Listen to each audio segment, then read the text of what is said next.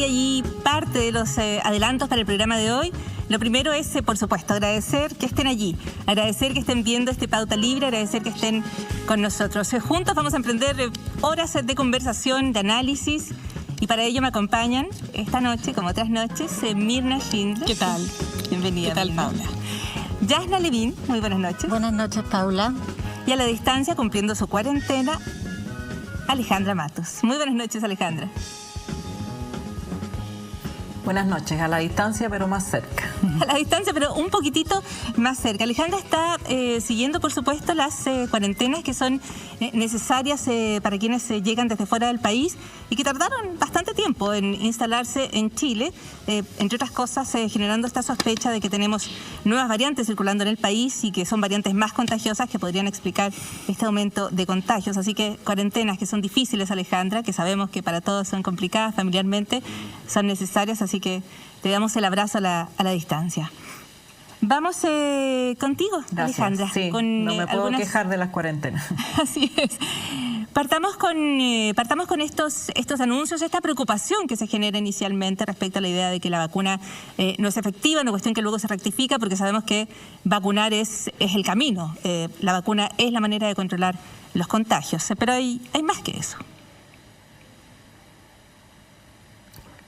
Sí, yo quería mencionar que estas semanas he estado haciendo el cálculo de exceso de muertes, que es una repetición del ejercicio que hice con la ayuda de mi hermano, que es ingeniero civil, doctor en ingeniería civil y computacional, y otros profesores de la Universidad de Chile, para ver con este indicador, que es distinto a la contabilidad de casos diagnosticados como COVID. Es una forma de ver el impacto de la pandemia, que es simplemente calcular cuántas personas mueren más allá de lo esperado. Y el año pasado, según este cálculo, murieron 25.000 personas más de lo esperado. Esto es un cuarto de las personas que mueren habitualmente en Chile. En un año normal mueren en torno a las 100.000 personas, un poquito más. Y el año pasado murieron 125.000 personas. Lo más grave, me parece a mí, es constatar que el año 2021 empieza todavía de una manera más dura respecto de las vidas que ha costado la pandemia. En los 3 meses que llevamos de este año, hay 10.000 casos de muertes en exceso, número que coincide casi a la par con el número de casos COVID registrados por el Departamento de Información y Estadísticas del Ministerio de Salud. Esto significa que en estos 3 meses ya se ha perdido la mitad de los casos que se perdieron el año pasado durante todo el año por causa de la pandemia. Otras investigaciones sobre el mismo punto revelan que la esperanza de vida en Chile se retrotrajo a puntos al nivel que tenía el país en el 2015. Esto significa que la constante mejora en esperanza de vida, esto es sacar la foto de cuántos años vivirían las personas que nacieron en un año determinado si las condiciones se mantienen.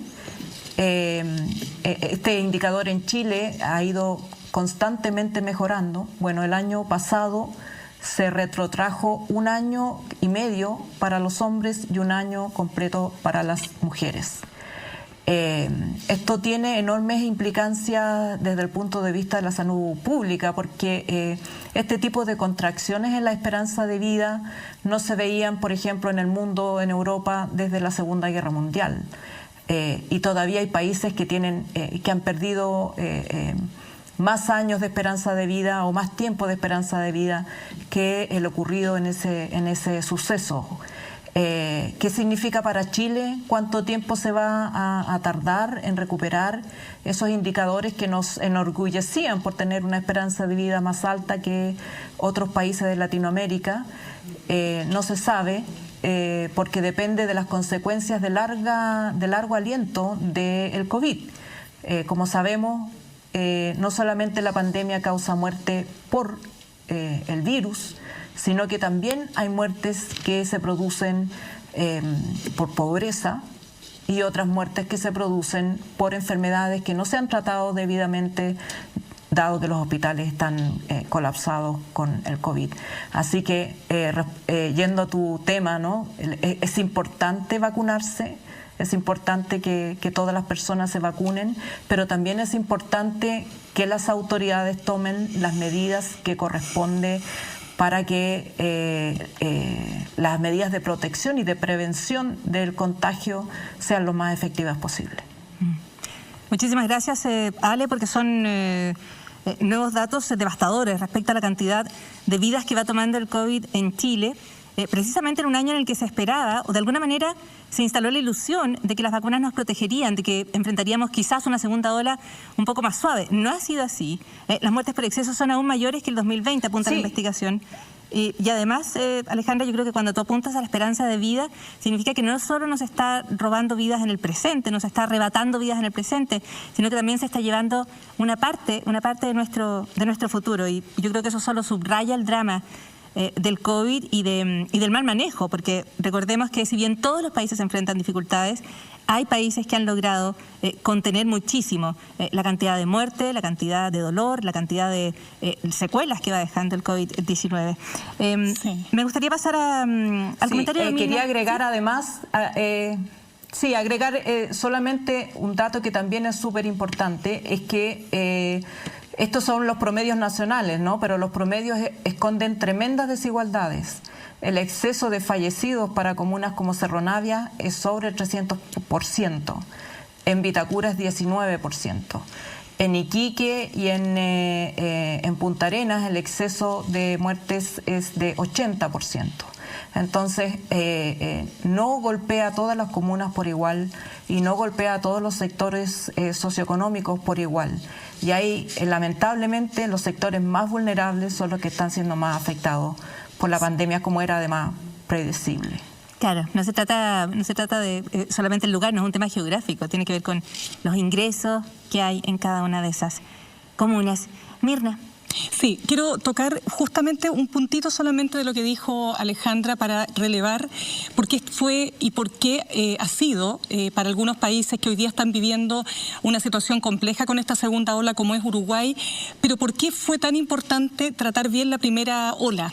Porque más allá de lo que está viviendo Uruguay y que tiene puntualmente que ver con el acceso, ¿no es cierto?, de estas nuevas variantes, la brasileña, la verdad es que ellos sí tienen un comportamiento en la primera ola que fue bastante ejemplar a nivel de América Latina. Y lo vinculo solamente, Alejandra, con lo que tú dices respecto de la cantidad de muertos. O sea, nosotros ya tenemos más de 30.000 muertos. Si tenemos más de 30.000 muertos es porque la verdad es que los expertos coinciden, más allá de que cada país tiene una realidad propia, es que al principio las cosas, cuando no se hicieron bien, cuando se tomaron medidas que no fueron las correctas y las adecuadas, bueno, eso permitió que el virus se expandiera y que tuviéramos lamentablemente estos resultados.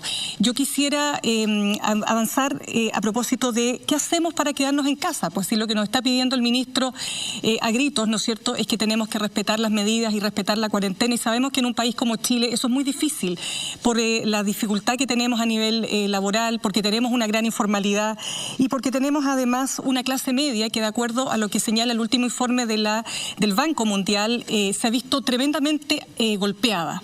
2,3 millones de personas dejaron de ser clase media producto precisamente de los efectos de la pandemia, de la pérdida de ingresos, del alto desempleo, y este elemento que probablemente se replica en otras latitudes de América Latina tiene una particularidad en nuestro país. Este es un estudio que hace una simulación respecto de la situación que se ha generado, ¿no es cierto?, en un país como Chile, con una clase media que representa, para que se hagan una idea, el 70% de la población. Cuando hablamos de clase media, permítanme un segundo porque a veces nos confundimos con las cifras, pero para que se hagan una idea, esta clase media se divide en tres partes: clase media baja, media y alta. La clase media baja son los que tienen ingresos de 600.000 a 1 millón, la clase media de 1 millón a 1,5 millones, y la clase media alta, hablemoslo así, siempre clase media, ¿no es cierto?, es hasta 2.700.000. Es decir, de 1,5 millones hasta 2.700.000. Digo esto porque es importante, porque esa clase media ha tenido una dificultad, que no logra llegar el Estado a darle el apoyo que se necesita. ¿Para qué? Para que se quede en casa, para que efectivamente no tenga que usar sus fondos previsionales, ¿no? Y eso es absolutamente determinante, porque lo que se vio y lo que se desprende también del informe del Banco Mundial es que las ayudas llegaron fundamentalmente a los más pobres, en buena hora. El punto es que la clase media sigue siendo aquella que se rajuña, ¿no es cierto?, con sus propias uñas, por decirlo en términos coloquiales. Y aquí hay un elemento central para no dilatar. El informe del Banco Mundial no considera el factor del retiro del 10%. ¿Por qué? Porque los analistas coinciden es que es el mayor elemento mitificador de la crisis. Si no hubiese sido por el primero y segundo retiro del 10%, no estamos hablando de 2,3 millones de personas que habrían caído en la vulnerabilidad, es decir, que dejaron de ser clase media, sino que muy probablemente esta cifra se habría levantado por sobre muchas más familias, ¿no?, que estarían entrando en esta categoría. Cuando se nos dice que esto es una mala política pública, yo creo que no hay duda de que es una pésima política pública, pero cuando tú tienes una mala política pública, tú tienes que como Estado ir con una mejor política pública. El problema es que para este sector no ha habido una mejor política pública, y cuando se dice que los que van a hacer el retiro del 10%, del tercer retiro del 10% son millonarios, lo que tenemos que decir es que la parte que le va quedando, hablemoslo así, entre 44 millones y 82 millones en sus cuentas, que es el sector, ¿no es cierto?, que todavía tiene plata para decir, retiro mi 10%, quiero que sepan que el promedio de ingresos de ese sector no reciben mensualmente más que 1.700.000 pesos. Si alguien me dice que alguien que recibe un sueldo de 1.700.000 pesos es millonario en este país, bueno, no sé qué es lo que es ser millonario entonces. La verdad es que, en definitiva, estamos hablando de mucha gente que o bien ha guardado en sus cuentas de ahorro, en sus propias cuentas RUT o en sus cuentas corrientes, gran parte del ingreso que no se gastó, pero que necesita gastarlo, porque fundamentalmente la preeminencia de la crisis los seguirá golpeando a esta clase media que, vuelvo a decir, no tiene las ayudas directas del Estado para que evidentemente no pague con su plata, con sus ahorros, con sus fondos previsionales el costo de la crisis. Claro, porque entre otras cosas seguimos extendiendo los efectos que esta pandemia va a tener en cada una de las familias, ¿no? Ya hablamos de una esperanza de vida con los datos que entrega Alejandra Matus esta noche, que se va acortando, pero ya hablamos también de personas que van cayendo de la línea de la clase media hacia más pobreza, o van hipotecando sus ahorros previsionales de manera de hacer más vulnerable una situación que en Chile ya es muy precaria, que es la de aquellas personas cuando llega el momento de dejar de trabajar con un empleo remunerado. Disculpa, Paula, es que sobre eso de la vulnerabilidad parece ser un gran eufemismo, ¿eh? Efectivamente existe esa categoría y es una metodología que ocupan muchos organismos internacionales para definir más que un tramo de ingreso, que es lo que hace el Banco Mundial, dice entre 280.000 para abajo vulnerable, pero a los 170.000 eres pobre. Ese tramo, más que un problema de ingreso, es una incapacidad en Chile de resiliencia para enfrentar adversidades de cualquier tipo, con o sin pandemia, porque la falta de bienes públicos y servicios públicos para poder protegerse en momentos de adversidad, nace un nuevo miembro de la familia, se enferma otro, hay un ingreso menos, etcétera. Esa resiliencia no existe. No hay una red de apoyo para que en situaciones de vulnerabilidad como esa alguien te proteja, y es desamparo. Sí, yo creo que el tema de la resiliencia tiene que ver con, tú hablabas, Mirna, de que uno quiere que las ayudas sean focalizadas, pero yo creo que esa focalización ya no puede seguir planteándose en Chile ni en ningún lugar del mundo como solo, única y exclusivamente para las personas cuando están al borde de la necesidad total. Claro. Yo creo que una de las pocas verdaderas luces que se pueden asomar en esta pandemia es la idea de un movimiento ya no solo en Chile, sino global, respecto a que lo que se necesitan son redes de protección, con gasto fiscal más grande, con estados que lleguen mejor, no a las personas cuando ya están en la última línea, sino que también a esa clase media a la que a veces parece que se le niega absolutamente todo. Mencionaba yo en la editorial la postergación de las elecciones y la necesidad de tener una fecha clara o las condiciones claras bajo las cuales se van a realizar efectivamente las elecciones a la Convención Constituyente y todas las demás elecciones que han quedado postergadas desde este 11 de abril. Si vamos a llegar a esas elecciones, será en parte a un movimiento social extendido, permanente, pero que o del cual se intentó controlar en algunos de sus aspectos, sin ningún tipo de éxito, ¿no?, en el intento por controlar el orden público, y se atropellaron severamente los derechos humanos de muchas personas. Hemos tenido noticias esta semana que preocupan respecto a las opciones de justicia y reparación para esas víctimas, Yasna. Sí, bien irritante, sobre todo en medio de esta pandemia, pero porque ha sido una constante en medio de las noticias de peores niveles de impunidad frente a las violaciones a los derechos humanos. Se han cerrado 46% de los procesos. Se conoce una contestación del Consejo de Defensa del Estado respecto de la demanda de indemnización de 22 víctimas de lesiones oculares. Y en esta contestación el Consejo de Defensa del Estado no solamente dice que no merecen una reparación, sino que además dice que Carabineros actuó conforme a ley, en regla y en orden. Dice incluso que el uso de escopetas antidisturbios con aquellos balines que en la época de las lesiones sufridas por los que aspiran a la indemnización tenían plomo, dice que eso está correcto y que por lo tanto estas víctimas no merecen reparación. El Consejo de Defensa del Estado sí se había querellado en 3 o 4 causas, entre ellas una muy emblemática justamente de víctima, la peor de las víctimas de lesiones oculares, porque fueron sus 2 ojos, perdió su mirada, que es Gustavo Gatica. Pero todo parece indicar que lo que trata de hacer con esta otra actitud, con esta otra acción jurídica, es un empate moral. Y es muy importante que se dé cuenta esta institución que ese empate moral se puede relacionar con una larga tradición de mendigar indemnizaciones para las víctimas de violaciones a los derechos humanos, incluso en dictadura. No fue hace demasiado tiempo que Carmen Gloria Quintana consiguió finalmente una indemnización muy distante del daño que ella recibió. Y lo que ella relataba, y la verdad es que quiero leerlo porque es espeluznante, es que el Consejo de Defensa del Estado alegó que me había quemado sola y no tenía daño moral porque me había casado, tenía hijos y era exitosa profesionalmente. ¿Qué valores defiende el Consejo de Defensa del Estado?, se preguntaba Carmen Gloria Quintana en 2013. Nos preguntamos muchos lo mismo cuando durante el gobierno de Eduardo Frei se le pidió al Consejo de Defensa del Estado que por razones de Estado dejara impune los pinocheques y se desistiera de la querella. Es una institución que tiene que cuidar mucho su prestigio, porque además ha servido como verdadero receptáculo para amigos de presidentes que llegan a terminar cuando son abogados, a un cargo que es vitalicio. Es una institución que no tiene ningún control democrático. Y en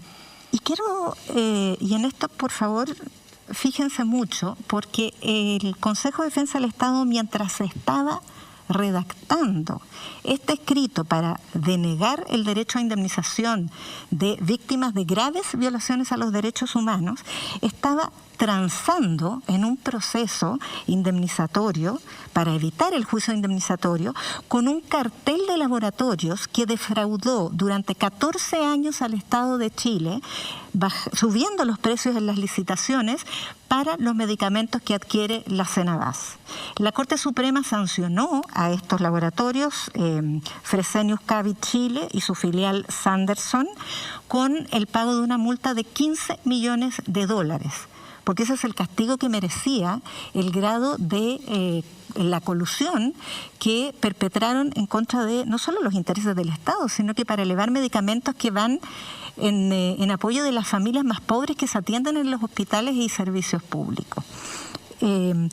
Esta práctica del Consejo de Defensa del Estado de transigir en demandas indemnizatorias para evitar juicios indemnizatorios es bastante extendida y se hace justamente para poder lograr con rapidez, con eficiencia y sin demasiados recursos una indemnización relativamente razonable. Lo que llama la atención es que una institución que transa indemnizaciones por parte de particulares que defraudan al Estado no está dispuesta ni siquiera a transar antes de un juicio para víctimas de violaciones a los derechos humanos. A mí me parece de la máxima gravedad. Es un excelente apunte, Yasna Levin. Seguimos avanzando en este Pauta Libre. Una vez más sale el ranking de la revista Forbes. Es un ranking serio, prestigioso, que nos habla de las riquezas en el mundo, incluyendo también aquellas grandes riquezas en Chile. ¿Qué distintas se ven en tiempos de pandemia y tras una larga conversación sobre la desigualdad estas fortunas a cómo se veían hace algunos años? Podemos revisar cuáles son las personas desde Chile incluidas en esta lista de quienes más dinero han ganado durante los últimos tiempos.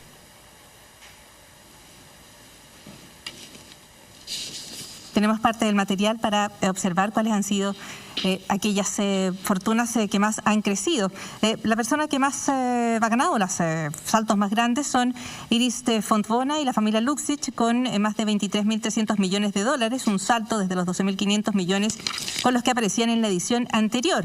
La familia Luksic controla Antofagasta Minerals, quienes se han beneficiado del fuerte salto en el precio del cobre.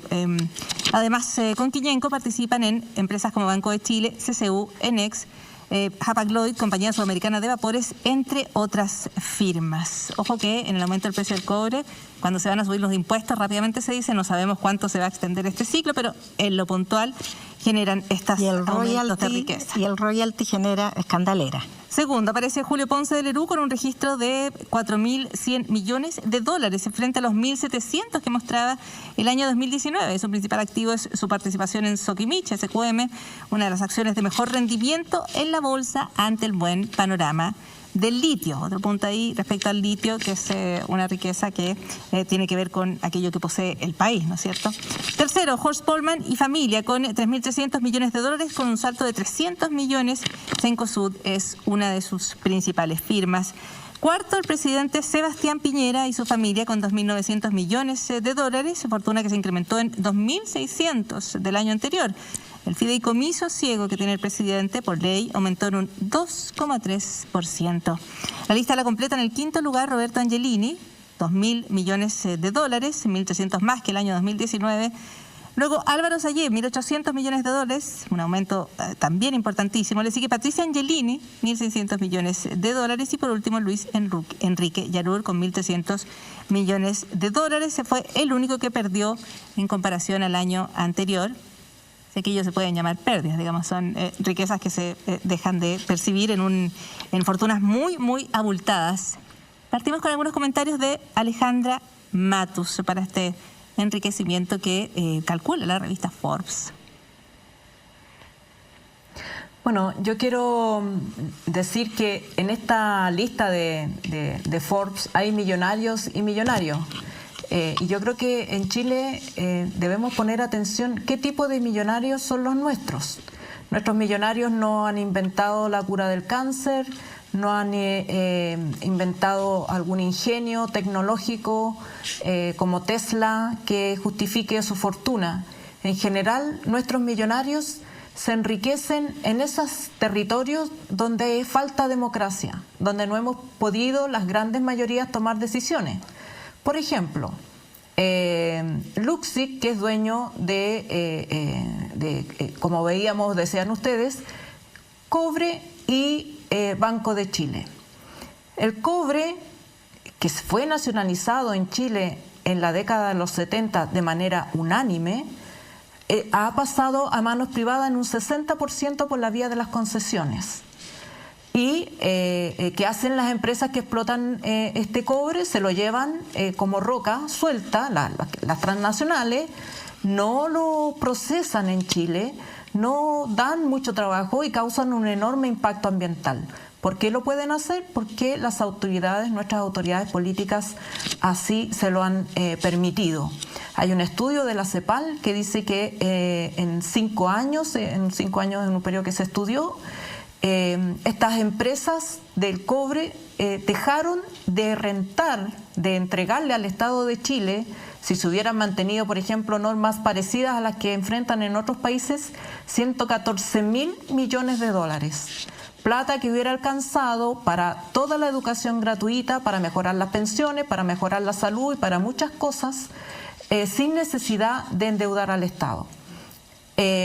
Los bancos que también, Luksic y otros de los supermillonarios chilenos, se benefician de los préstamos que les dan las AFP, que son las platas de todos los trabajadores y que a su turno se la prestan a los mismos trabajadores y trabajadoras a un interés más caro. La fortuna del presidente Piñera, una fortuna fundamentalmente especuladora que, todos sabemos que las finanzas es una especie de juego de casino donde compran barato, venden caro y digamos, no es un tipo de fortuna que genera empleos ni riqueza. El señor Polman, supermercado, que se beneficiaron de la pandemia, por supuesto, porque todos tenían que gastar su 10% o los recursos en comer y estar encerrados en las casas. Ese es el tipo de fortunas que tenemos en Chile. Son las fortunas que en el fondo han despojado a la grande mayoría de las riquezas propias y que probablemente con un sistema democrático mejor, más democrático, no tendrían ese nivel de acumulación. Alejandra Matus, con el punto respecto a cuál es la composición de estas fortunas en Chile.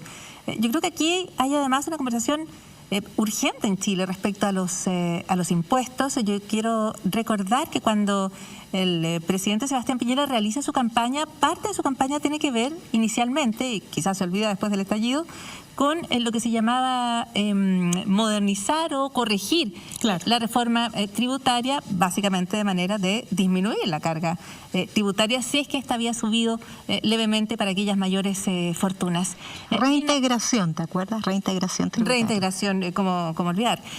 Mirna, respecto al tema de los impuestos, aquí hay una cuestión relevante que uno puede conversar cuando estamos hablando de grandes fortunas. Por supuesto, mira, yo creo que esta es una discusión que es sumamente importante y válida hacer. Yo, antes de hacer un punto contrario, ¿no es cierto?, a esta idea del impuesto a los súper ricos, antes que digamos que las fortunas de los súper ricos van a salir como cascando, ¿no?, de Chile porque ya no va a ser atractivo, ¿no es cierto?, invertir en este país.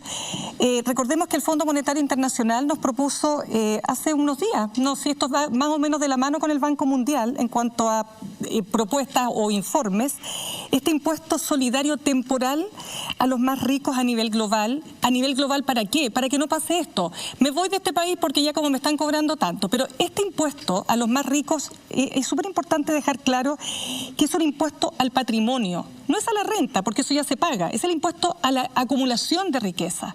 Y esta idea, planteada por un grupo de diputadas y diputados, ¿no?, que establece que en el fondo se va a aplicar, ojo, de acuerdo al Servicio de Impuestos Internos, no son más de 1.500 familias que en cuanto a riqueza personal, no de las sociedades, no de las corporaciones, riqueza personal, tienen más de 22 millones de dólares acumulados.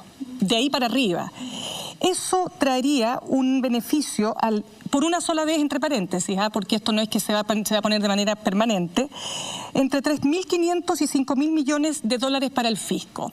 Los que señalan que esto es poco, probablemente sí, en el global, por supuesto, no es una gran recaudación, pero cuando las necesidades son tan grandes y tenemos lo que estamos diciendo, ¿no?, que tenemos una clase media tan golpeada a la que no le llega la ayuda, ojalá que ahora sí, el gobierno dice que amplió, vamos a ver si eso efectivamente es así, si la persona que postula hoy día, estando en el registro social de hogares, perteneciendo al 80% más vulnerable, le llega efectivamente el bono clase media. Yo espero que así sea, al revés, no estoy diciendo que no, ojalá que así sea, para que ojalá esa persona no tenga que retirar su 10%, su tercer retiro, en el caso de aquellos que vayan por el tercero, pero me parece que es absolutamente necesario hacer esta conversación y esta discusión, y sería increíble, como ha ocurrido en Estados Unidos, que los más ricos de este país digan, ¿saben qué? Estoy disponible.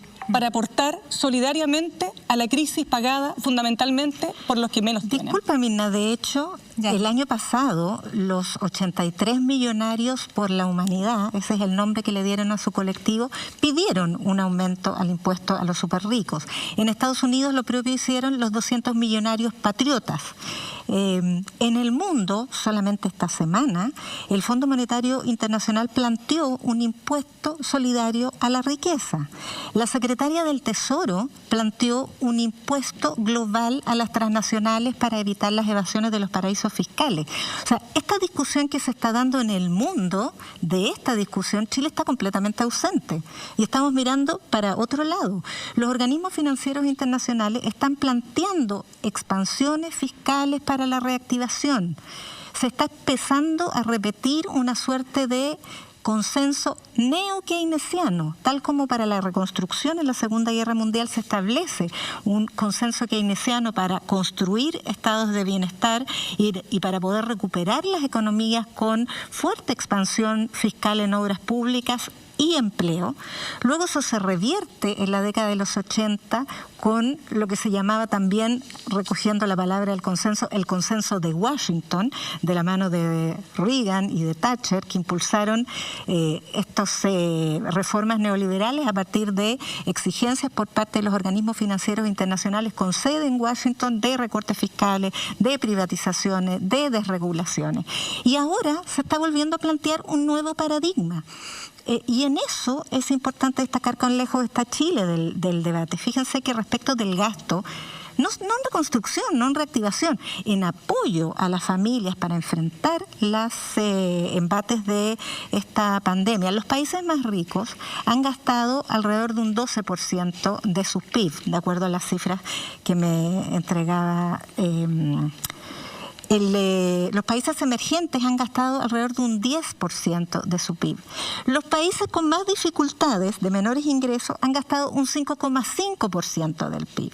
Chile ha gastado un 4,6% del PIB. Por supuesto que estas no son las cifras oficiales, porque lo que se dice que se gasta, en realidad se planifica que se va a gastar, pero todavía no se gasta, porque está emposado, además, para dar ingresos familiares de emergencia que son decrecientes y que están sujetos a cuarentena y que son en caso de que se active y de que si no recibe y de que se recibe. Entonces, el gasto efectivo no es mayor que ese 4,6. El menor de todo este ranking de cálculo que hay al respecto. Entonces, Chile muy lejos del debate internacional. Pero no tiene por qué seguir lejos del debate internacional. Y quizás no podemos esperar, o no lo han hecho hasta ahora, que aquellas grandes fortunas se planteen como dispuestas a hacer este esfuerzo extra, como ha ocurrido en otros países. Pero sí podemos empezar a alejarnos de lo que, si te resumo bien, Jasna Levin, es salir de esta idea respecto a que una mano invisible o la privatización total y completa es la única manera de crecer como nación. Y a lo mejor podemos pensar en comunidades un poco más solidarias, donde nos ayudemos todos y entre todas. Nos vamos a ir a un primer corte en Pauta Libre y regresamos.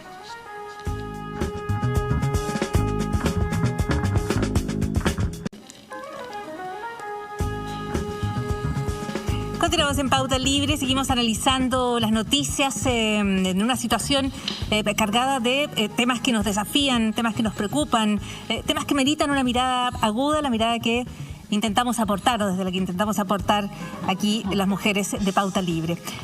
Vamos a conversar en minutos con la presidenta del Senado, pero antes quiero dar la palabra a Alejandra Matus, que tiene un dato importante a esta hora, un apunte importante para aportar. Alejandra.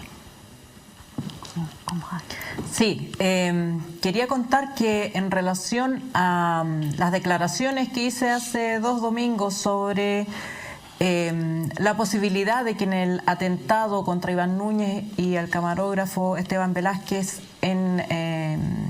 cerca de Tirúa hubiera participado grupos mapuche que actúan como guardias armados de Forestal Mininco. He recibido una declaración de la CMPC que paso a leer, que es una aclaración sobre esa afirmación que hice yo. Dice, CMPC no recurre y por lo tanto no cuenta con empresas proveedoras de servicios de protección que utilicen armamento, ni tampoco puede hacerlo por norma. Es más, sus contratos de prestación de servicio establecen expresamente la prohibición de tenencia y uso de armas incluso en situaciones de defensa personal.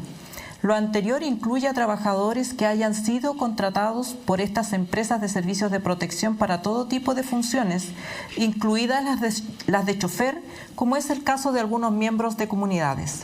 Los servicios de protección de CMPC en el ámbito forestal están principalmente orientadas al resguardo de los propios trabajadores y de terceros en las faenas forestales, debido a los riesgos que éstas implican. Ahí termina la declaración. Quiero agregar como antecedente que CMPC ha reconocido en estos días que tiene un trabajo con 13 comunidades aledañas al lago Yeuyeu, en las comunas de Tirúa y Cañete, conocida como Proyecto de Buena Vecindad, y que en ese marco ha contratado a numerosas personas que pertenecen a estas comunidades mapuche. También ha admitido en otro comunicado que subcontrató a Santo Reinao, que es el dirigente mapuche que se reconoce como líder por el grupo que encaró a Iván Núñez y a su camarógrafo. Este dirigente, o esta persona, fue la que finalmente logró, o por un acuerdo con una entrevista con él, recordemos del testimonio de Iván Núñez, fue que Iván Núñez y su camarógrafo lograron salir de una encerrona que le hicieron en estas comunidades, reclamando porque él no tenía autorización para estar ahí, a pesar de que había llegado con Héctor Yaitul, a quien iba a entrevistar al día siguiente. Santo Reinao es actualmente candidato a la Convención Constituyente y por eso suspendió su contrato con Forestal Mininco, para la cual subcontrataba a distintas personas para distintas funciones. Según la información que yo he recibido de la zona, él sí ofrece trabajo de guardia armado para la Forestal Mininco a las personas de esas comunidades, y también representa una postura de ciertos grupos mapuche que consideran legítimo conversar con las empresas forestales o de otro tipo en la zona. Según datos del CERVEL que consulté hoy, Santo Reinao tiene una donación para su campaña de constituyente del presidente de la CPC, Juan Sutil, que se suscribió el 16 de marzo de este año. El hecho concreto es que esta comunidad que, reitero, reconoce a Santo Reinao como su líder, fue la que encaró en duros términos a Iván Núñez, que incluso lo amenazaron con poner una camioneta para impedirle el paso, y que después de este altercado, 5 minutos después, fueron atacados con armas. Una querella por homicidio calificado en grado de frustrado fue la que presentó el profesional, y será la justicia la que tendrá que aclarar si estas personas tienen responsabilidad en el ataque o si corresponden a otros grupos. Perfecto. Alejandra, solo para total aclaración, por lo tanto, Santo Reinao sí tiene o tuvo en el pasado una relación contractual con Mininco. Sí tiene, o sea, tuvo hasta que se decidió ir como constituyente, o sea, hasta hace unos meses.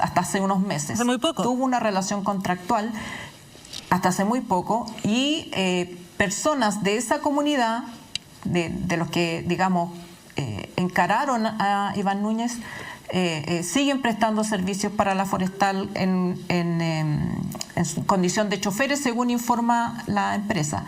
La diferencia está, digamos, o la aclaración que hace la empresa, es que la empresa no les provee armas a ellos porque no pueden estar con armas en las labores de guardia de la Forestal Mininco, pero sí tienen relación laboral, contractual y de otro tipo. Tampoco puede Forestal Mininco asegurar que estas personas no adquieren armas por cuenta propia.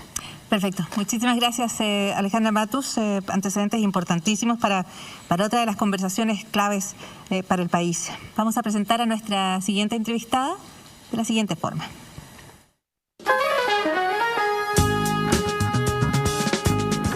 por mi propia historia de convicciones ciudadanas, por la memoria originaria, por la memoria colectiva que represento y por el ideal humanista que me sirve de guía, soy consciente del enorme valor que entraña esta decisión y de las responsabilidades inherentes a ella. Entiendo muy bien las expectativas fijadas en mi desempeño. Las asumo como una mujer que ha querido poner siempre a la persona humana y a las comunidades por sobre el individualismo materialista y la autocomplacencia. Como una mujer que a través de sus compromisos políticos ha buscado el bien general por sobre los intereses corporativos y puramente económicos. Como una mujer que, poniendo en el centro de la acción política las necesidades de los más débiles y desamparados, no ha dejado un día de pensar en los desafíos urgentes y futuros que la sociedad chilena, que aún debe madurar y mucho para progresar en justicia social, en políticas de igualdad y en sentido de inclusión.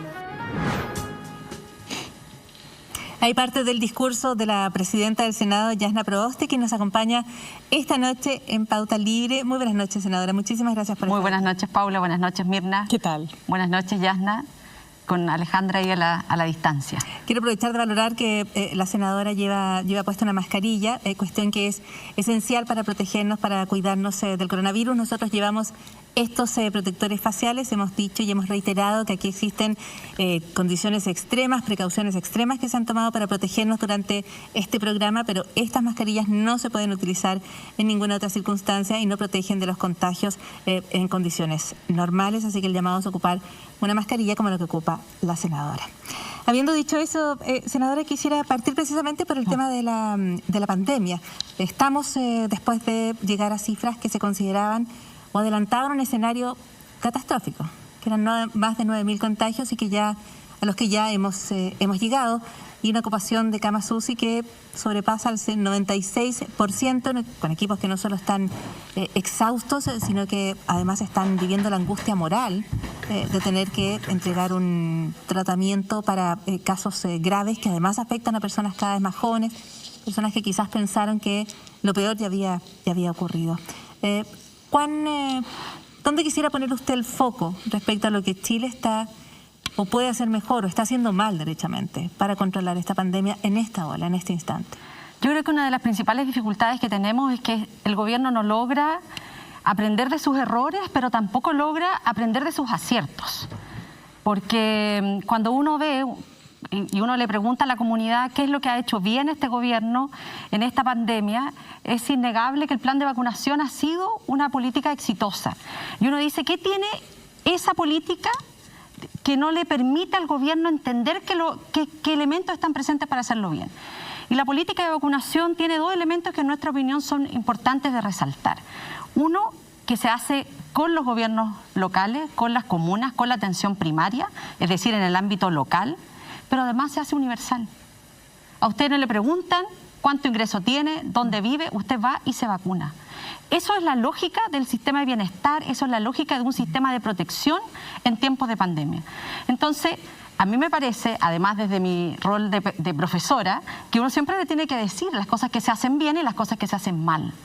Y este gobierno no logra entender las cosas que hace bien, porque si entendiera que eso lo ha hecho bien, uno no podría entender en que respecto a las ayudas sociales siguen una lógica que en nuestra opinión es errada, que es la hiperfocalización, es a partir de la desconfianza, en decir, no, mire, tenemos que poner tal nivel de barreras para que no tengan acceso a algunos que no se lo merecen, dejando a mucha gente fuera de poder tener ayudas sociales.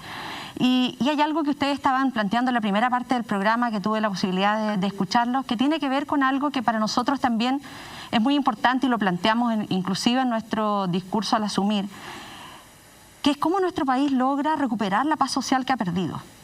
Y esa paz social se recupera haciéndonos cargo de las desigualdades y de las desigualdades que quedan en evidencia en esta pandemia. Cuando la semana pasada recibíamos esta noticia en donde las 8 fortunas más grandes de nuestro país habían aumentado en este año de pandemia en un 73%, 40.000 millones de dólares. Las 8 fortunas, 40.000 millones de dólares, mucho más que lo que fue el primer y el segundo retiro juntos, que fueron 34.000 millones de dólares. Es mucho más que el paquete de ayudas sociales de 12.000 millones de dólares o los 6.000 que fue el último.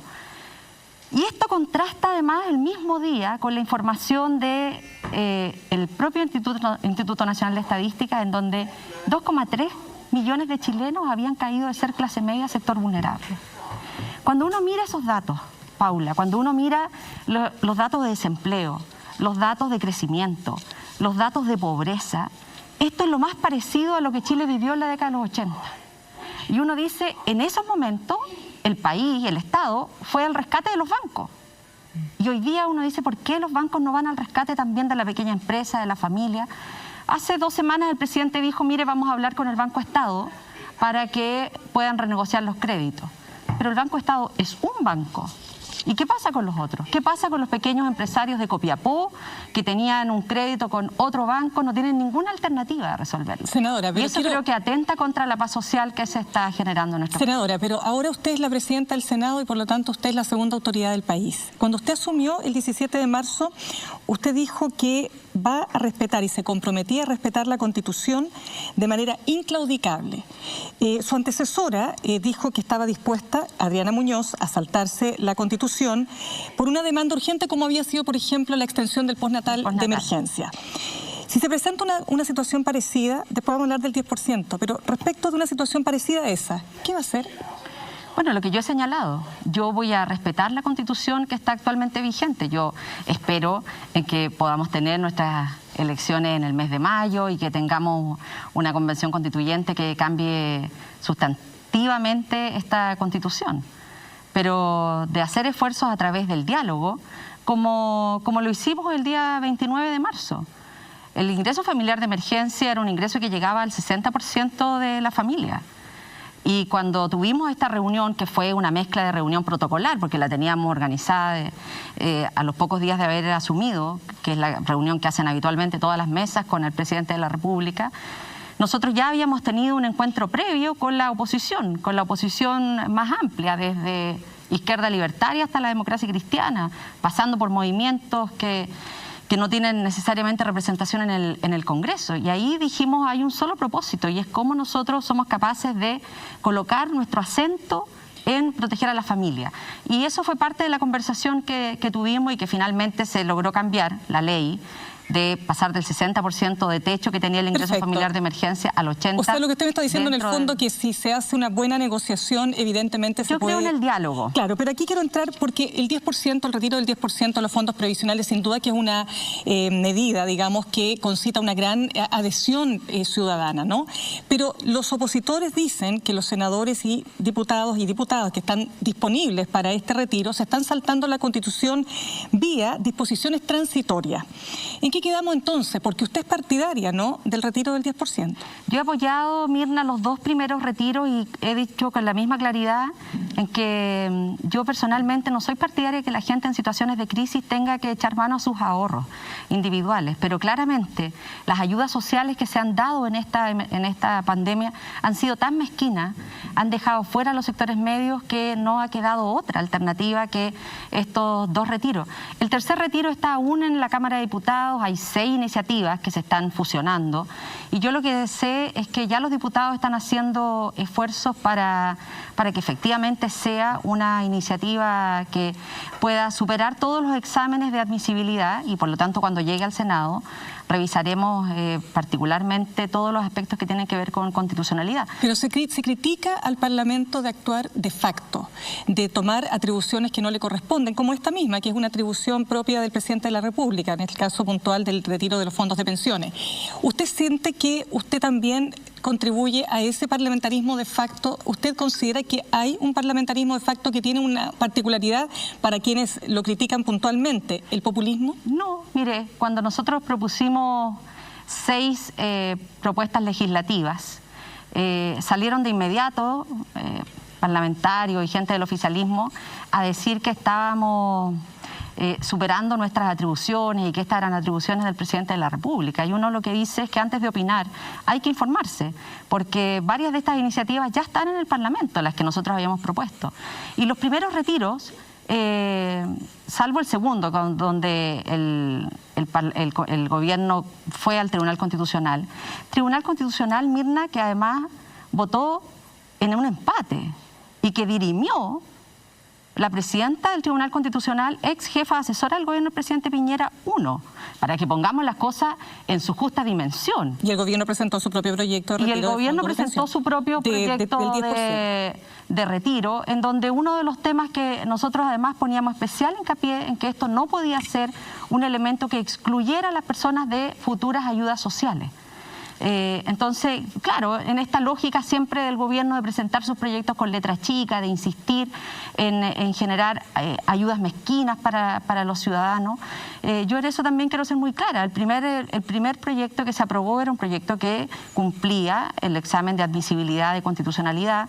Es en el segundo en donde el gobierno va al Tribunal Constitucional. El tercero que se está discutiendo en el Congreso, que no lo conocemos, no necesariamente es el mismo que fue declarado inconstitucional por el tribunal. Entonces yo esperaría en eso, que el proyecto llegue al Senado y hacer todo el examen de admisibilidad que corresponda. Senadora Proboste. Ya. Tocaya. Sí. Usted acaba de recordar cómo aquella noche en que tuvo la sesión protocolar con el presidente, además le llevó una exhortación bastante vehemente del conjunto de la oposición en aquella reunión que también acaba de reseñar, para que se vinculara el aplazamiento de las elecciones a un paquete de ayuda social robusto, esta vez robusto. La tensión era bastante alta, al punto que el ministro Belolio dijo que estaba existiendo un chantaje, pero usted sale de la reunión, baja mucho la presión, porque dice el presidente se ha allanado a flexibilizar y a aumentar de manera sustantiva esta ayuda. Sin embargo, la prueba en el proyecto mantuvo la focalización, no hubo IFE universal, se mantuvo acoplado a el plan paso a paso, no hubo criterio de género. Entonces, usted dice cree en el diálogo, baja la presión, pero el resultado es completamente insatisfactorio, de acuerdo a lo que usted misma ha dicho. Bueno, efectivamente, usted hace un muy buen resumen, solo que hay un elemento que es importante colocarlo sobre la mesa. Nosotros ya el día miércoles, antes de la aprobación, recordemos que la discusión se hizo el domingo por parte del Senado, nosotros ya el día miércoles de esa semana habíamos anunciado que lamentablemente el gobierno no entendía el país que está gobernando, no entiende el nivel de profundidad de esta crisis social, económica, derivada de la crisis sanitaria y también de su mala puesta en funcionamiento de la crisis sanitaria. Y lo decíamos porque efectivamente nosotros en la conversación con el presidente, que además estaba antecedida en una conversación muy amplia que tuvimos con la oposición, que tuvimos también con la Central Unitaria de Trabajadores, que tuvimos con los centros de pensamiento, todo eso el día lunes 29, antes de llegar a la reunión con el presidente de la República. En la reunión de la oposición no había una postura única respecto de la postergación de las elecciones. Habían quienes estaban a favor, otros que estaban en contra. Pero donde no había ni una duda, Yasna, era que aquí, si se generaba la postergación de las elecciones, esto solo podía ser a partir de mayores exigencias en endurecimiento de medidas sanitarias, cierre de fronteras, etcétera, y de mejores ayudas sociales para que la gente pueda cumplir las cuarentenas, porque si no son cuarentenas de mentira. Entonces, claro, yo lamento que el gobierno trae esta conversación, fue una larga conversación con el presidente de la República, y aprovecho de decir, porque también he recibido comentarios de, pero ¿cómo puede contar las cosas que conversaron con el presidente? Por eso como que transgrede los códigos de la política. Y yo digo, perdón, pero una reunión entre dos autoridades electas por la ciudadanía, en donde no hemos tocado ningún tema que sea secreto de Estado, yo no veo por qué uno no pueda comentar los detalles de esta conversación, porque además uno dice, para mí el principal código es la transparencia.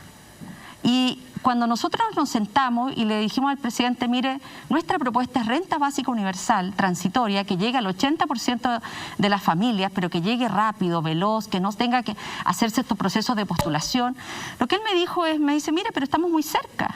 Si nosotros ya estamos llegando al 75%. Nosotros sabíamos que eso no era así, si la propia ley decía el 60%. Entonces, y él me dice, no teníamos inconveniente en acceder a lo que usted pide del 80%. Al día siguiente comenzaron a cambiar un poco las cosas y ya lo que llegó formalmente era un papel del Ministerio de Hacienda diciendo que iban a formar una mesa de trabajo y que en 60 días se iba a hacer una propuesta.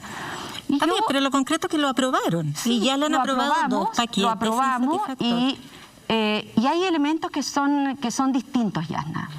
Hasta antes de esta modificación, el ingreso familiar de emergencia, si bien es cierto, se mantiene, equivocadamente en nuestra opinión, unido a la lógica del plan paso a paso. Lo que había anteriormente es que la gente que estaba en fase 1 recibía más recursos que la gente que estaba en fase 2, que en fase 3 y en fase 4. Y esto lo logramos cambiar y hoy día la gente recibe más recursos estando en fase 1 y fase 2, que hoy día es el 90% de la ciudadanía. Logramos cambiar los montos de los bonos de 350 a 500, se aumentó el universo porque pasamos del 60% del ingreso familiar de emergencia del registro social de hogares al 80% y eso también incorporó nuevas familias.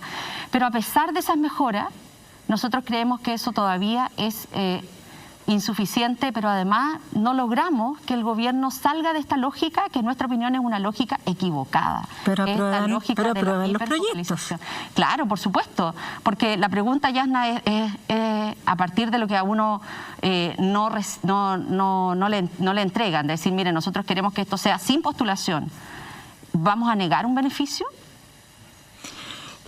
A mí me parece que éticamente no es posible. Es decir, hay que ponerse creativos, ¿no? No todo es sí, pero dentro, conceder o... Sí, claro, pero dentro de las facultades que nosotros tenemos, que es lo que decía Mirna, que son además facultades muy limitadas por esta Constitución. Y porque aprovecho de hacer también pedagogía. Hay una los parlamentarios no podemos presentar proyectos de ley, indicaciones que generen gastos o que generen nuevas funciones y atribuciones para el Estado. Eso es lo que dice esta Constitución. Está bien, la Constitución tampoco permitía reformarla, ni mucho menos llamar a hacer una nueva. O sea, todos sabemos que una cosa es lo que permite la ley. La Constitución permite reformarla, si hemos tenido varias reformas constitucionales. No permite el quórum, quiero decir. Y también se puede obtener quórum para hacer paquetes sociales más amplios. Claro, tiene quórum que son como cuando ocurre con el 10%, porque se crea una situación, un estado de ánimo y una opinión pública que presiona sobre eso, porque no lo han logrado respecto de los apoyos. Claro, y a pesar de las presiones seguimos sin poder hacer reformas importantes, por ejemplo en el tema del agua. Se presentó una reforma constitucional para garantizar el agua. La oposición, estuvieron todos los votos de la oposición, más 2 votos del oficialismo, pero así todo era insuficiente, porque tiene quórum muy alto. Y eso es algo de lo que esperamos que la nueva Constitución también pueda ser abordado. Senadora, esto se lo hemos preguntado a otros senadores que han estado acá. Cuando se votó el proyecto para poner límite a la reelección indefinida que existía, usted se abstuvo respecto de la retroactividad que permitía ser inmediato. ¿Eso por qué?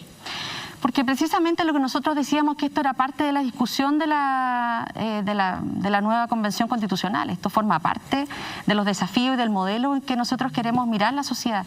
Y porque además, Yasna, también en esto hay harta falta de transparencia, ¿ya?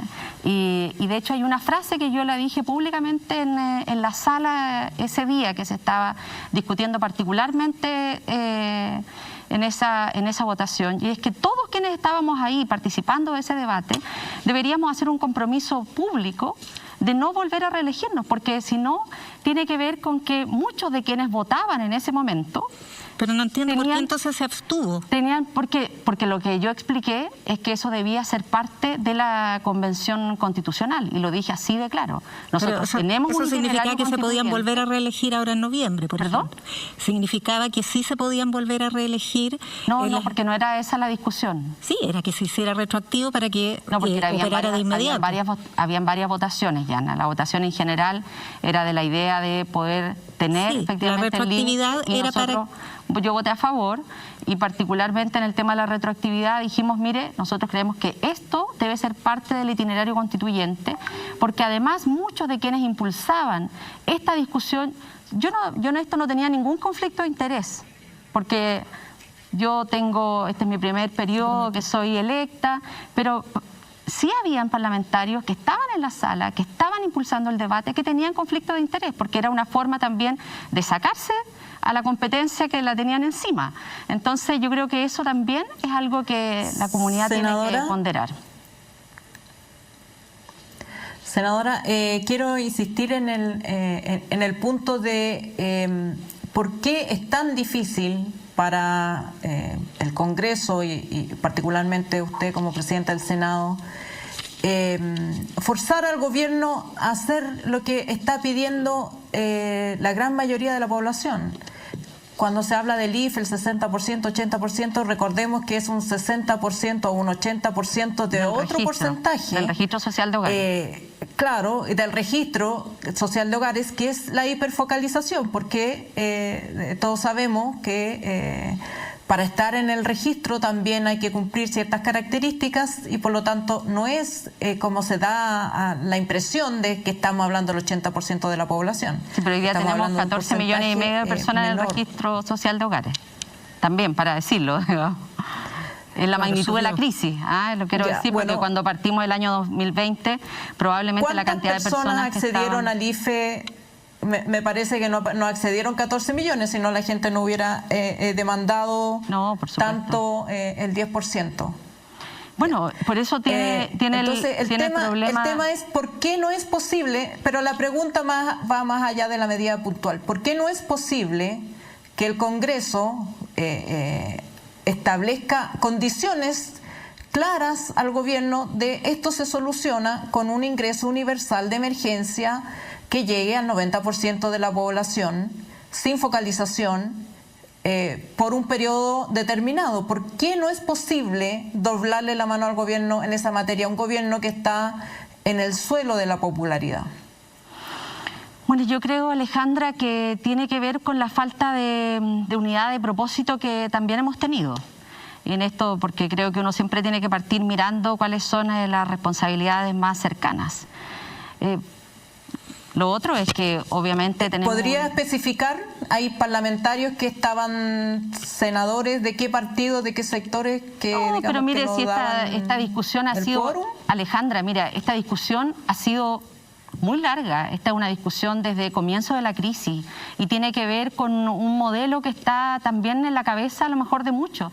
Yo no me olvido, cuando nosotros partimos la crisis, el primer paquete de medidas era que los trabajadores y trabajadoras pudiesen, a propósito del proyecto de protección al empleo, que no era otra cosa más que los trabajadores se pudieran pagar parte de sus remuneraciones con los mismos ahorros que ellos tenían en el administrador de fondos de cesantía. Ese fue el primer proyecto del presidente Piñera para la pandemia. Y solo estuvimos 5 senadores... ¿Y se aprobó? En contra. Sí, se aprobó y estuvimos solo 5 senadores en contra de eso. Y nosotros desde ahí decíamos, pero ¿cómo esta lógica? A propósito de lo que nos preguntaba Mirna al comienzo. Y uno puede decir, sabe que nosotros desde un comienzo hemos dicho que no estamos de acuerdo que en esta crisis la gente tenga que echar mano a sus ahorros individuales, personales.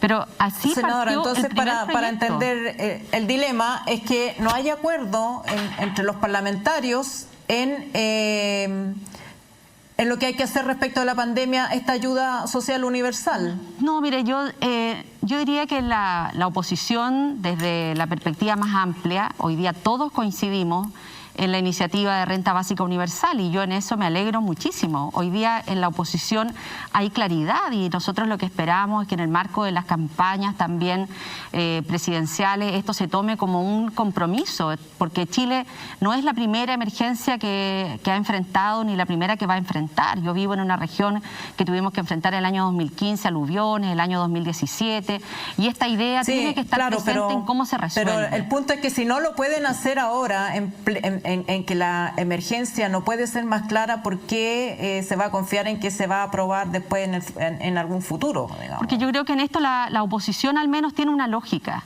que hoy día no hay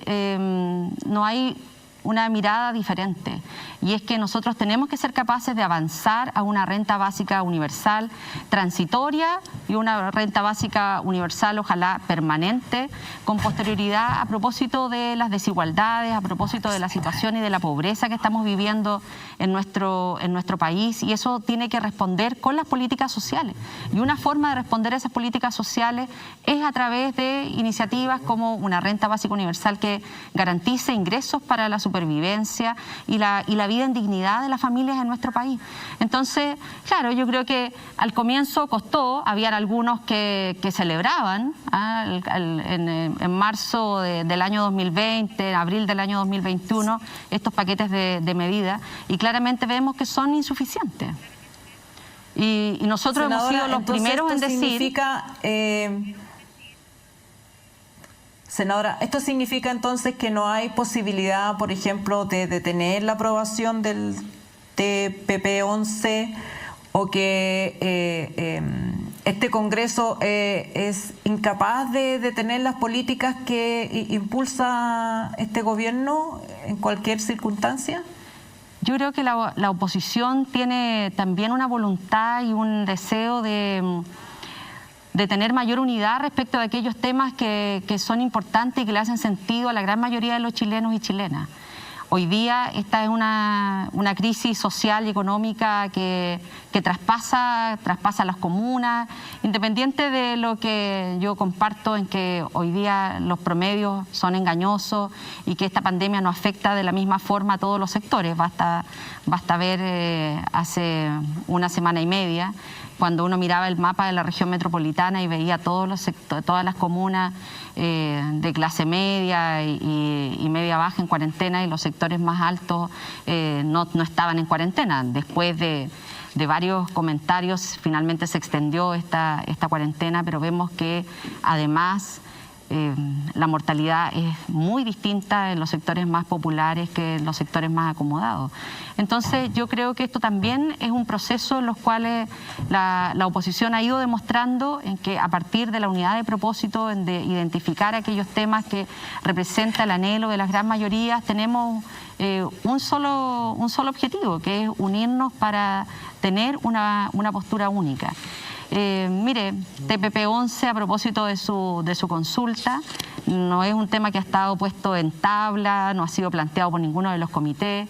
El presidente de la República, porque esta Constitución le da a él esa facultad, establece las urgencias a los proyectos, le ha renovado varias veces la urgencia a este proyecto, pero ninguno de los comités ha considerado que hoy día, frente a la crisis que estamos viviendo, sea una discusión. Yo espero además que, a pesar de que a algunos no les pueda gustar, en que estos sean temas de la Convención Constitucional respecto de los acuerdos que deba suscribir nuestro país. Yo personalmente he planteado mi postura públicamente desde el año 2019 de rechazo al TPP-11 por las conversaciones que nosotros hemos tenido en nuestra región y por escuchar a economistas que además tienen un gran reconocimiento, como el economista Palma, que ha sido muy claro en dar a conocer cuáles son las razones por las cuales le hace mal a nuestro país la aprobación del TPP-11. Sí, perdón, senadora, ha hablado harto del reglamento, de aquellas obligaciones, facultades que tiene cada uno de los poderes. ¿No está obligado el Senado a revisar el TPP-11 después de la urgencia que aplicó el presidente? No, porque el presidente le ha renovado varias veces la urgencia y eso ocurre con muchos proyectos. Lo que ocurre es que cuando usted tiene una renovación de urgencia a varios proyectos, no todos alcanzan en la tabla. Y la definición de la tabla no es algo que uno haga como mesa del Senado, como presidenta, que diga, esta es mi facultad, yo establezco la tabla. Eso no es así. Y tampoco, fíjese que me gustaría que fuera así, porque esto es bien colegiado y cada bancada elige a un comité, en su comité elige a un presidente, a un jefe o una jefa de la bancada, y colectivamente toda la semana se define cuál es la tabla que se va a discutir a la semana siguiente, y el TPP no ha estado parte de la discusión ni del gobierno, que nosotros tenemos las reuniones semanales con la SECPRES los días jueves, ni tampoco de los comités.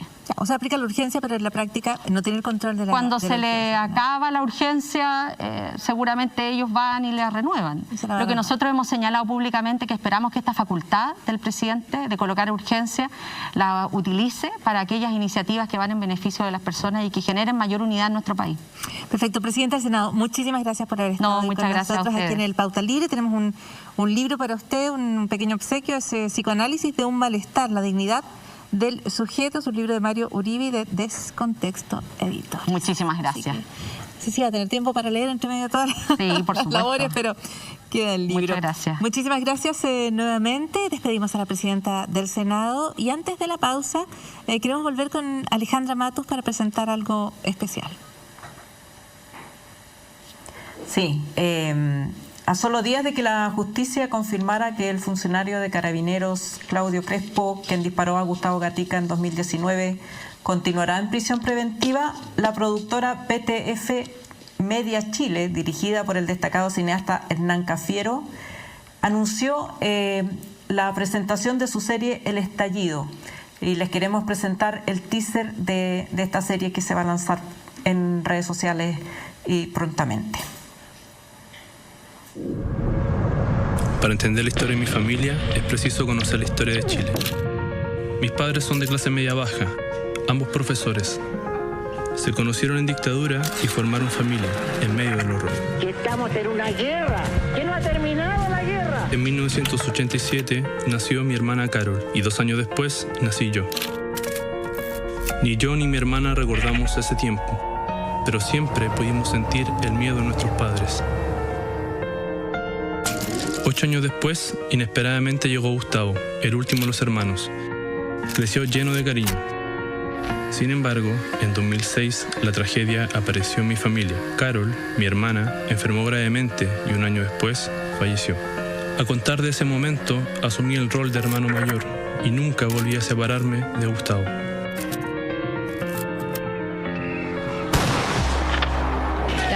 Este viernes, Gustavo Gatica, de 21 años, recibió un impacto en el rostro.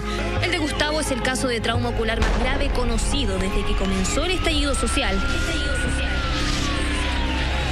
Estamos en guerra contra un enemigo poderoso, implacable, que no respeta a nada ni a nadie. 2 semanas antes del crimen contra mi hermano, jóvenes estudiantes indignados por el alza del transporte público comenzaron a evadir el pasaje masivamente, generando una ola de movilizaciones a nivel nacional sin precedentes y que terminó por aglutinar todas las demandas sociales existentes en Chile durante los últimos 30 años. Gustavo, mis padres y yo también salimos a las calles. Inmediatamente el gobierno asumió esto como un problema de orden público. Hemos invocado la ley de seguridad del Estado para poder identificarlos, perseguirlos, juzgarlos y castigarlos. Comenzaron a presentarse cientos de casos de violaciones a los derechos humanos que hicieron recordar lo peor de la dictadura de Pinochet. ¿Qué pasó con el país modelo de Latinoamérica? ¿Qué escondía Chile? Que la CIA financió los estudios de las escuelas de los jóvenes de Chicago para preparar un programa para el gobierno militar. Nixon and Kissinger just simply decided to change the fate of Chile. Un ejemplo pionero en el mundo de extremismo neoliberal. Se implantó el modelo a través del terror. Los militares como que se burlaban, se reían, me lanzan una botella incendiaria donde me empezó a encender entero. Luego se amarró una constitución y finalmente se pactó una salida democrática a la dictadura, donde se privatizaron los derechos sociales y donde la impunidad se institucionalizó en todas sus formas. Las futuras generaciones juzgarán nuestra conducta.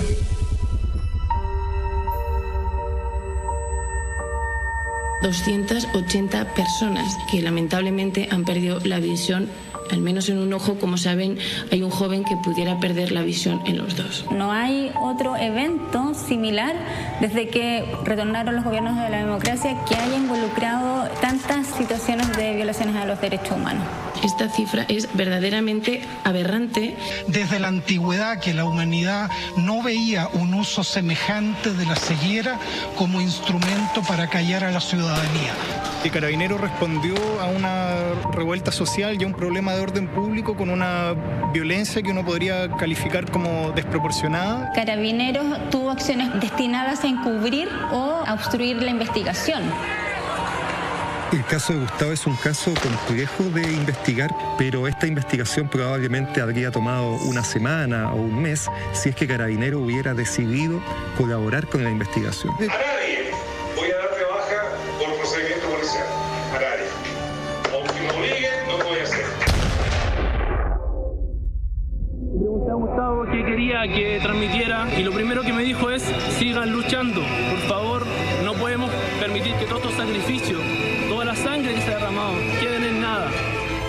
Mi nombre es Enrique Gatica, soy historiador y por años trabajé investigando casos de violaciones a los derechos humanos. Esta es la historia de mi hermano Gustavo, en su búsqueda por encontrar la verdad y la justicia. Pero también la historia de mi país, en su lucha por recuperar finalmente su dignidad. Ya estamos de vuelta en este Paula Libre. Somos mujeres reporteando, investigando, analizando, entregando aquellos datos que son relevantes para comprender mejor una realidad que no solo es cambiante, sino por estos días una que nos desafía en los aspectos más críticos en nuestra salud, nuestra sobrevivencia. Agradecemos muchísimo que estén allí escuchando, observando, mirando, conectadas a la televisión a través del hashtag Pauta Libre. De verdad, muchísimas gracias por su sintonía y su confianza. Vamos a presentar a nuestra próxima invitada para esta noche con las siguientes imágenes. Las familias llegaron a un límite de aguante de la situación actual. Han hecho lo que han podido para enfrentar la crisis económica producto de esta pandemia. Le pido al gobierno que, considerando esta realidad, no exija a las familias devolver dinero que recibieron por el ingreso familiar de emergencia para poder acceder al bono de clase media. Eso genera más angustia, más desazón. Permitan que las personas reciban beneficios sin condiciones. También pedimos que no lleve al Tribunal Constitucional esta iniciativa. Al gobierno le corresponde actuar poniendo por delante el cuidado de las familias como principal preocupación, sobre todo en los duros momentos que estamos enfrentando como país. Algunas de las declaraciones de nuestra invitada para esta noche, la precandidata presidencial Paula Narváez. Muy buenas noches, Paula. Muy buenas noches, Paula, Mirna, Yasna, Alejandra. Un gusto de saludarlas y, por supuesto, de saludar a todos quienes nos ven a través de la red. Y un cariñoso saludo, permítanme, y abrazo solidario a las mujeres, ya que somos aquí todas mujeres y que en estos tiempos duros de pandemia toca más pesado llevar la carga con los hijos, el teletrabajo, arreglar todo lo doméstico. Son tiempos duros, así es que un cariñoso saludo. Así es, para las mujeres son tiempos duros, tiempos de doble presencia, de triplicar ya la jornada laboral, ni siquiera duplicarla, pero además de sentir con fuerza el golpe del desempleo. Vamos a partir con la pregunta de Mirna Schindler. Bien, Paula, gracias por estar con nosotros esta noche. A ver, quisiera partir con lo siguiente. Cuando se dio a conocer su candidatura hubo mucha expectación, mucho entusiasmo. Usted no solo gozó del respaldo de la expresidenta Bachelet, también fue proclamada por el Comité Central de su partido, el Partido Socialista. Se cifraron muchas esperanzas, particularmente porque además usted es mujer feminista, en ciertos sectores, ¿no es cierto?, que por supuesto ven con muy buenos ojos esa combinación de factores. Sin embargo, usted ni siquiera, Paula, figura en las encuestas. Entonces quisiera preguntarle, ¿hasta qué punto cree usted que una gran promesa se ha convertido también en un gran obstáculo? Pero creo, Mirna, que hay que darse tiempo. Creo que hay que darse tiempo. Yo sé que corren tiempos de inmediatez, que todo es un Twitter, que todo es un like, que todo es una publicación rápida en una red social y que las cosas parecieran ser, ¿no es cierto?, como fuegos artificiales. Pero las situaciones requieren de madurez, requieren de tiempo. Esta candidatura lleva recién 2 meses y medio. Si usted quiere, 3 meses como máximo. Parece mucho más tiempo, pero en realidad no lo es. Frente a otras candidaturas que llevan décadas, otras llevan años. Entonces entiendo que haya una suerte de expectativa muy grande, pero el trabajo se está haciendo en estas condiciones. De estos 3 meses, llevo 1 mes y medio, yo diría completo, de cuarentena. O sea, es cuestión de tiempo, dice usted, Paula. De respeto a la cuarentena. Por y eso que es le una pregunto. condición absolutamente inédita para desplegar cualquier candidatura. Sí, por eso le digo, ¿usted diría que es cuestión de tiempo lograr aparecer en las encuestas? Si es que consideramos a las encuestas como un gran factor, yo creo que son un instrumento que obviamente hay que mirar y considerar. Creo también que la carrera presidencial tiene que entrar propiamente en la cancha, que todavía no entra del todo, que es un escenario sumamente abierto en comparación con las otras elecciones que están, ¿no es cierto?, a puertas de ocurrir, y que son todos esos factores lo que están influyendo. Así que sí, hay un tema de tiempo que hay que darse, y por supuesto seguir trabajando día a día para dar a conocer este proyecto. Paula, de todas maneras, en el arco, hablemoslo así, de la izquierda, usted compite con una diputada como Pamela Giles, que viene en las encuestas detrásito de Joaquín Lavín, por lo menos las últimas encuestas, que más allá de la autoría, porque aquí el diputado Karim Bianchi va a decir que él es el autor original del famoso retiro del 10%, pero la ciudadanía la identifica a ella con el retiro del 10%, por lo menos con el primero y segundo. Usted además compite con Jadwe, que tiene una agenda muy fuerte en términos antiliberales, hablemoslo así, o con Gabriel Boric, que hace algunos días propuso que exista la paridad genuina, ¿no es cierto?, de la paridad de género en las empresas de este país, los directorios de este país. Entonces, ¿qué temas propios ha propuesto usted, Paula, y en ese sentido, cuál es el grado de relevancia que tiene su candidatura para imponer agenda? 2 cosas quisiera yo decir. Efectivamente compito con puras personas que tienen una plataforma y un puesto público, la mayoría de ellos, ¿no? O diputados, senadoras o alcaldes, ¿no? En general son puestos públicos que les permiten una visibilidad mayor y que donde no hay una diferenciación entre cuando se actúa como ejerciendo el cargo público y cuando se está actuando como candidato. Eso es una realidad que yo creo que el país tiene que mirar. Pero esa es una condición que está ahí y que está puesta. En relación a las propuestas, quisiera solo hacer una breve alcance. Es que Gabriel Boric propuso paridad desde el punto de vista de la representación de trabajadores y accionistas de la empresa. No se refería a la paridad de género. Estoy segura que también seguramente está de acuerdo con eso. Pero quería hacer esa distinción. Y lo otro es decir, mire, nosotros hemos propuesto desde el inicio de esta candidatura una renta básica universal. He hablado específicamente, para ponerlo en términos de que la gente que está en la casa lo entienda fácilmente, he hablado de un sueldo para las mujeres, especialmente pensando en una renta básica universal que sea progresiva, pero partiendo con las mujeres. Proteger el ingreso de las mujeres, sobre todo de aquellas, ¿no es cierto?, que están dedicadas principalmente al cuidado. Creo que esa es una política pública que nos podemos dar como país, que en los tiempos actuales demuestran que sería una estupenda política pública para enfrentar situaciones tan extremas como las que estamos viviendo.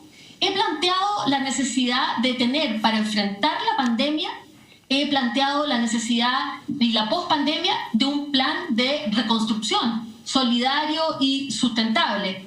Ese plan, he dicho un plan, una suerte de plan Marshall, como si estuviésemos en una situación de posguerra, porque creo que el país está efectivamente pasando y va a pasar por los próximos años por una situación de enorme deterioro y hay que levantar al país. Y por lo tanto necesitamos un plan de reconstrucción. Entonces, se han invisibilizado quizá algunas de las cosas que he planteado, que son muy potentes y que creo que tienen un sentido de realidad muy importante también. Y además usted ha sido sumamente crítica respecto a la deficitaria ayuda social que ha entregado este gobierno. Sin embargo, en este mismo canal, en Mentiras Verdaderas, dijo que durante los gobiernos de Nueva Mayoría y Concertación, usted fue ministra del último de ellos, la gradualidad fue a tal límite que llegó a convertirse en denegación de derechos sociales.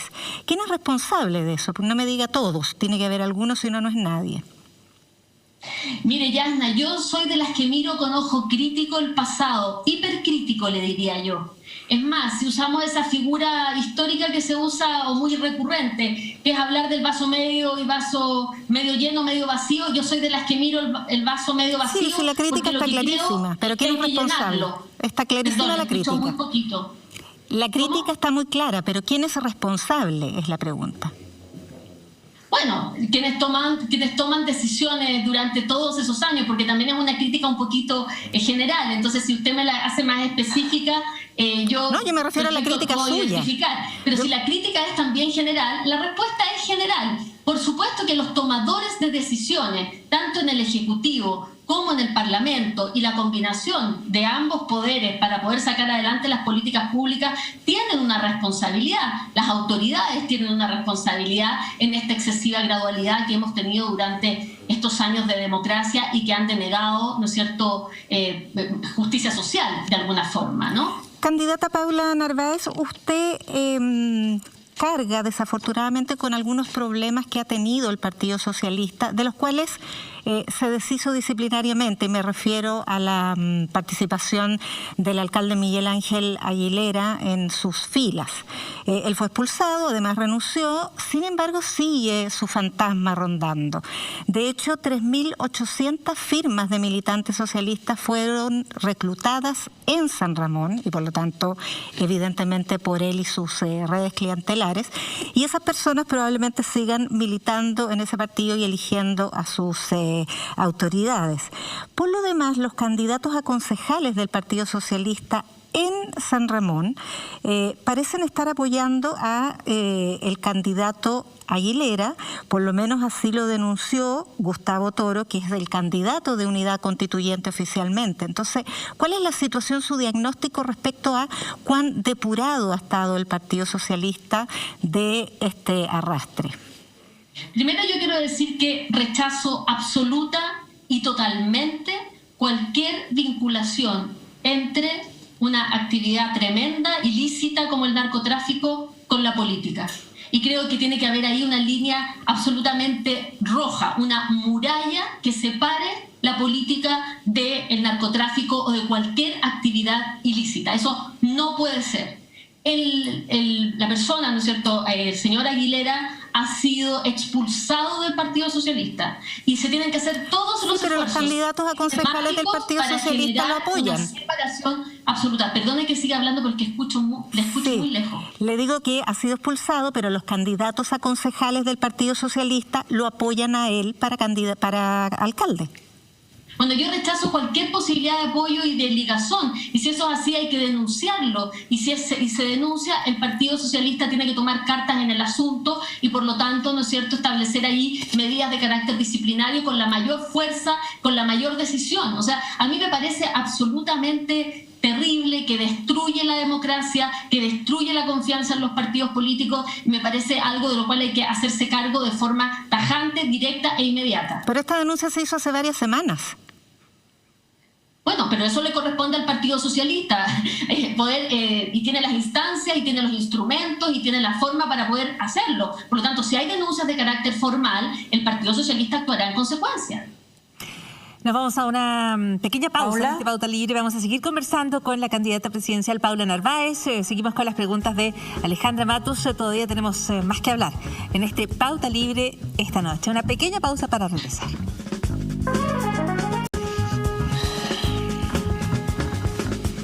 Continuamos en Pauta Libre, continuamos por supuesto agradeciendo su preferencia, su conexión, su sintonía para este programa cada día domingo. Seguimos conversando con la candidata presidencial Paula Narváez y las preguntas a esta hora están a cargo de Alejandra Matus. Paula, le quería preguntar si esta falta o esta ausencia en las encuestas no se deberá a que su candidatura cayó desde arriba. En el caso de Michelle Bachelet, por ejemplo, ella se subió a un tanque en un momento de tragedia nacional y eso aparentemente despertó las simpatías de la población, apareció en las encuestas y después la nombraron candidata. En su caso, parece haber sido una buena idea, tal vez de alguien entiendo que son los grupos feministas del Partido Socialista que impulsaron su candidatura, pero no parece que sea un anhelo de las grandes mayorías o de un grupo importante de la población. ¿Qué vínculos tiene usted realmente con la sociedad civil? Esto es lo que sucede cuando uno ha construido su trayectoria política principalmente en el nivel subnacional, en un nivel a lo mejor no tan visible como puede ser el nivel nacional. Por supuesto, tengo la experiencia de haber sido ministra de Estado durante un poco más de un año y eso lo valoro muchísimo y lo considero importante. Pero también considero importante la enorme trayectoria que tengo a nivel subnacional, trabajando directamente con las organizaciones sindicales, con las organizaciones de mujeres. Es un trabajo que me parece a mí muy relevante y que justamente me entrega una mirada de un Chile que no siempre se ve. Pero además no quiero dejar pasar... Paula, pero por ejemplo, para ponerlo en concreto, usted se ha reunido, tiene el apoyo de la coordinadora 8M, que es la que organizó las movilizaciones feministas, o se ha reunido con los familiares de los presos políticos que requieren apoyo político para levantar su causa, o con las comunidades de pueblos originarios. ¿Cuál es su estrategia política para conquistar ese mundo social que es en el fondo el que ha permitido la apertura política que tenemos en este minuto, por ejemplo, de que se discuta una nueva constitución? Le voy a contestar, pero quiero antes decirle algo que me parece que se dice rápido, se considera poco. Yo creo que es un hecho político bien relevante. Usted señalaba un grupo de feministas. Bueno, yo creo que es sumamente importante como hecho político. Yo no aparecí porque la directiva del Partido Socialista me nombrara candidata. Yo partí porque un grupo importante de mujeres militantes y no militantes levantaron una carta haciendo una propuesta que yo acogí, por supuesto, y que fue creciendo, y donde hubo ese hecho político me parece muy distinto a cómo se han levantado otras candidaturas. Y obviamente esto es un tremendo esfuerzo, y el movimiento feminista, como usted bien dice, Alejandra, es muy diverso también, y hay distintos referentes, y por supuesto hay distintos colectivos con distintas trayectorias y distintas naturalezas y distintos alcances también.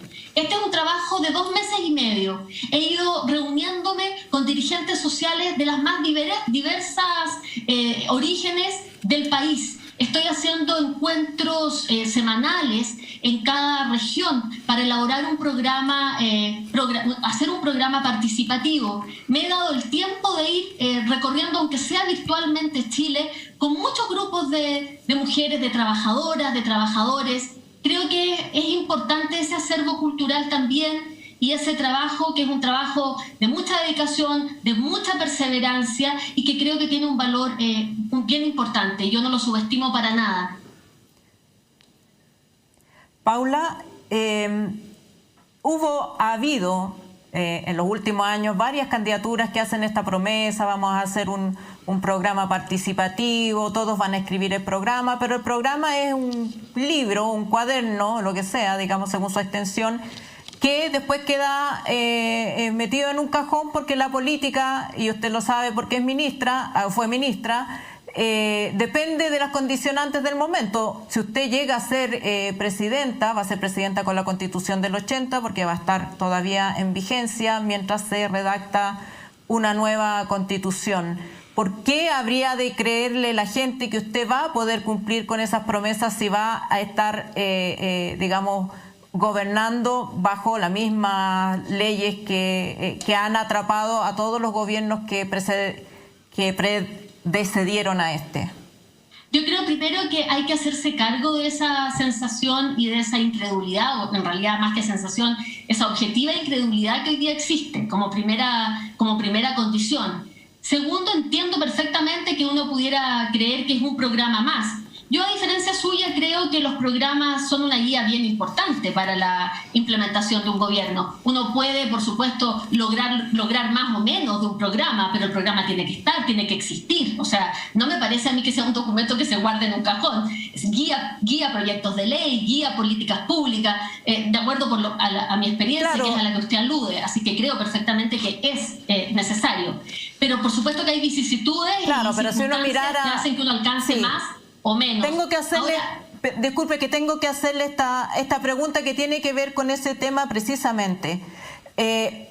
Bajo el gobierno de Michelle Bachelet, Michel Jorrat fue el que detuvo la acción para presentar una una querella por evasión tributaria en el financiamiento político de las campañas, por uso indebido de las leyes tributarias. Usted ha dicho que esa acción probablemente no la repetiría en su gobierno, pero Michel Jorrat es parte de su equipo tributario. A eso me refiero yo con las preguntas, con la suspicacia que puede tener cualquier persona respecto de si las promesas realmente se van a poder cumplir. Si usted me voy a hacer cargo de la primera parte de su pregunta diciéndole que a mí me parece absolutamente inaceptable que exista financiamiento ilegal de la política, para ir al fondo del asunto. Antes, ahora y después. Inaceptable. Y por lo tanto creo que tenemos que modificar todo lo que haya que modificar para que el Ministerio Público tenga todos los dientes y la facultad para perseguir el delito en ese sentido. Primera cosa. Segundo, con respecto al equipo económico, el equipo económico es amplio y desde el punto de vista técnico y específicamente en lo que se refiere a una propuesta de revisión de nuestro sistema tributario, de los instrumentos que hoy día tenemos para justamente analizar cómo recaudar más, él forma parte de un equipo amplio y sus competencias técnicas en lo que se refiere a lo tributario yo creo que son conocidas. Otra cosa tiene que ver con el actual directivo de un momento frente a un hecho que tiene una lectura política y una implicancia política mayor, donde ya le he dado mi punto de vista. Paula Narváez, una última pregunta y la verdad es que nos queda muy poquito tiempo, pero se ha planteado que usted ha ido endureciendo su línea frente al gobierno, la carta donde se critica el manejo de la pandemia es muy explícita en ese sentido. Muy brevemente, ¿usted siente que ha ido endureciendo o esto apunta a un camino cada vez más crítico con la actual administración de Sebastián Piñera de su parte? Es que no es que me haya ido endureciendo yo, es que la situación del país se ha ido poniendo cada vez más crítica. Y lo que no resulta comprensible es un gobierno indolente, un gobierno cercano a la avaricia, que hoy día tenga a las familias chilenas absolutamente angustiadas, preocupadas, en los límites de sus capacidades para poder sortear esta crisis. Entonces el endurecimiento tiene que ver con una solicitud directa al presidente de la República que reaccione, que vaya en ayuda directa a la familia con un criterio universal, que entregue una renta básica universal a todas las familias de manera de auxiliar hoy día en el momento en que se requiere. No puede ser, porque esto está además vinculado con el análisis que ustedes hicieron en su editorial hoy día. O sea, no puede ser que el gobierno hoy día enfrente con este nivel de avaricia y tacañería en la ayuda pública a la familia, mientras el propio presidente de la República tiene la tremenda holgura, podríamos decir, de ser uno de los súper ricos del país y crecer